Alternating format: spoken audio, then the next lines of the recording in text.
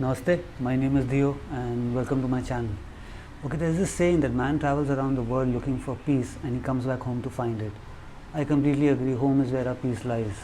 Okay, but it's not just that home. So this man, on his way to home, the entire journey he must be at peace because he knows the journey. Okay, he's done it several times before. He's gone out traveling and he's always come back home. So that entire route to his house, he knows exactly how it feels. Okay, the street how it feels, his city how it feels, what time is he coming back, that time, whether there's traffic or not. He's aware of all these things. Okay, right till the time that he's coming up his stairs or he's taking the elevator coming home, he's done that journey so many times that he's at peace. Now what if this man has no memory, has no recollection of what home feels like, what the journey back home feels like? For some reason it's taken away from him. Okay, will he be at peace? No. That entire journey, will it be peaceful? No. So I'm sure he would be a little bit anxious, he would be a little scared, he would be a little intimidated, he would be a little confused. Now all those emotions bundled up together is exactly how we also feel with our journey on this planet ending, which is called death. Okay, we are a little confused, we are a little scared, we are a little intimidated that once we die, what happens after that? Where does the soul go? What does it feel like? What does it sound like? So I'm going to share some knowledge with you and I'll give you some exercises to do, to practice, which will make your journey, once it's ended over here, the departure of your soul, going back to the real world, which is our home, that entire journey will be a little bit more peaceful. You can enjoy that journey. Okay, otherwise it can get a little intimidating. And all of this comes with my own experience. So now there are two ways of your soul leaving your body. Okay, the first one is, which a lot of people have spoken about, is called out of body experience. Okay, the minute your soul comes out of the body, it is extremely weightless. Okay, and if this is where your body is, your soul reaches, say, to the height of the ceiling and it can see the body, it can see everything that is happening around it. Your family is upset, the doctors are working on you, or whatever circumstances you've passed on, you can see all those things because you're still connected with the body through this silver cord. Okay, it's an invisible cord, but it's a silver cord that you're still connected with. This is the same cord that you're connected with when you're sleeping. Okay, every time you go to sleep, you're dying actually. Your soul leaves the body, but it is connected with that silver cord. So the soul travels when you're sleeping. A lot of healing is done to the soul, and when it comes back, that is why sometimes when you are sleeping, you get this jerk and you feel like, God, I felt like I was just falling down. That's when your soul has come back. It's done a crash landing probably into the body again. Okay, so when you're connected with this silver cord, you can feel, experience everything which otherwise also on this planet you would have felt. Now the best example I can give you is like a kite in the sky. It's still connected with that thread. Okay, but the kite, if you see, is going to keep pushing upwards. The kite needs to get released from that, wants to release from that thread. Okay, but something's holding on to it.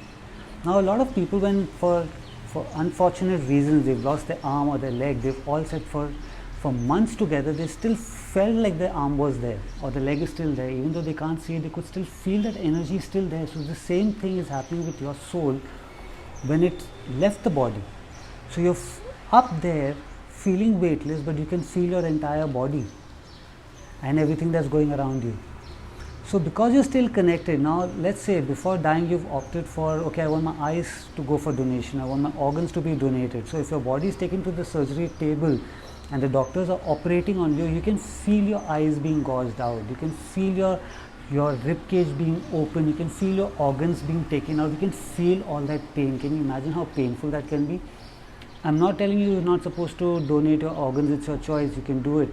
Okay, but keep this in your mind, because everyone has spoken about that beautiful feeling, that good feeling of out of body experience, but this is also a feeling that you could feel if you have opted for this. Okay, this is why a lot of cultures would keep the body after the person would have passed on. They would keep the body for some time thinking that it might come back, because when you're up here and you're still connected, there's a lot of maths being done. Okay, the higher sources are calculating, are saying whether you need to come back whether you need to go to the real world or you need to come back over here, go back down to the earth. Okay, so you're in like a transit period over here. There's nothing sure as of now. Okay, so this is why a lot of bodies were kept for some time before they were cremated or before they were buried. So please keep this in your mind. Okay, the second experience that you can have is when your journey comes to a complete end. You are not connected to the cord anymore.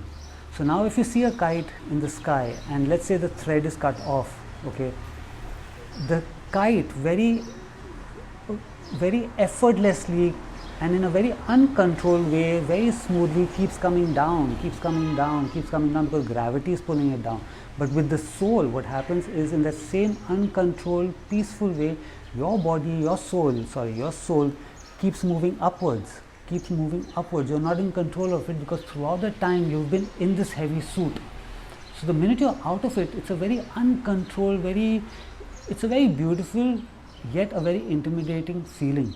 Okay, and you keep moving upwards, but the main thing is that you do not see anything, you do not hear anything, you do not touch anything. You are in complete darkness. Okay, because whatever you see, whatever you touch, whatever you smell, whatever you taste, whatever you hear is with the body. Now the body is not there anymore, so you are seeing nothing. You're just seeing pitch black. It's darkness. Okay, and this is the same darkness that we sleep in. When we are sleeping in that darkness is where we are getting healed. The soul travels outwards. In your mother's womb, you are being grown in that darkness. You take a newborn baby where the spirit has just come inside. Okay, the spirit is used to that darkness. You take a newborn baby, you put it in a dark room, the baby is not going to cry, the baby is not going to panic. It's going to be there comfortably there till you put the lights on. The minute the lights are on, the baby gets jolted, you look at the light, it will probably start crying. This is how a lot of films and advertising people get reactions from small babies when they're shooting with them. They put all the lights off and they immediately put the light on, the baby reacts to it or they start crying. Because the spirit is not used to this illusion, it's not used to everything that this realm is offering. Okay, slowly the newborn baby is unconditioned from that darkness by putting all colorful things on that baby cot, and then slowly you start forgetting about the darkness and you start getting scared of the darkness. You're made to get scared of the darkness. Is also programmed for a reason. Let's say you go for a summer camp. Okay, you kept away from your parents, any contact from them for a reason, for you to learn, for you to experience things without being around them. So it's the same thing. But you have to start getting used to darkness, because that part of the soul leaving completely without the cord, okay, can get a little intimidating. It's a very mixed emotion at that time. You're feeling beautiful, you're feeling nice because you're floating in the air and we're so obsessed with flying that this is our time that we are actually flying, but it's in complete darkness. And that uncontrolled motion, which is not a very violent motion but a very uncontrolled peaceful motion, slowly starts coming to a stop when all the other energies that have been with you on this planet before and have passed on before you come and settle you down. Once you settle down, they take you to where you need to go. Okay, but getting used to that darkness is really important. Okay, now since we've been so conditioned to fear darkness, okay, start unconditioning yourself by spending some time in darkness. Okay, this is why a lot of Naga sadhus, when they get initiated, the first thing they're made to do is go sit in a dark room or go spend time in a dark place. Okay, so that you start getting used to your reality, where eventually you're going to be going. Right now, even in the daytime, you want to go to the washroom, you put the light on. Okay, we're so used to this illusion. So if you don't want to be connected to the cord, firstly you're going to start detaching yourself from this realm. Okay, detaching yourself doesn't mean, okay, giving up your family, giving up your materialistic things. No, you just have to detach away from it. Give up your attachment towards it. Okay, if you don't want to be connected to the cord. Secondly, you have to get used to darkness. Make friends with it, make peace with it. Spend a lot of time. Start off slowly, start off with 2 minutes. Now, unconditioning from the darkness also took time, so conditioning back to the darkness will also take some time. Okay, so start off small till you start getting extremely comfortable, where you're not even thinking twice before spending time in darkness. Even if you're walking around in your house, just close your eyes when you're walking around. Just see if you can find your way. When you're sleeping, your eyes are shut. Just be in that awareness that this is the darkness that you will eventually be in. This is your reality. When you're meditating, also just feel that darkness. Okay, make friends with that darkness. That's our only reality. Okay, so by doing all this thing, when your soul departs, your journey is going to be really beautiful.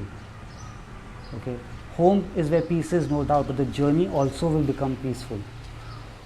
So yeah, please try this out, and if you like this video, give it a like. Please subscribe to my channel. Until I see you again, have a good life. Namaste.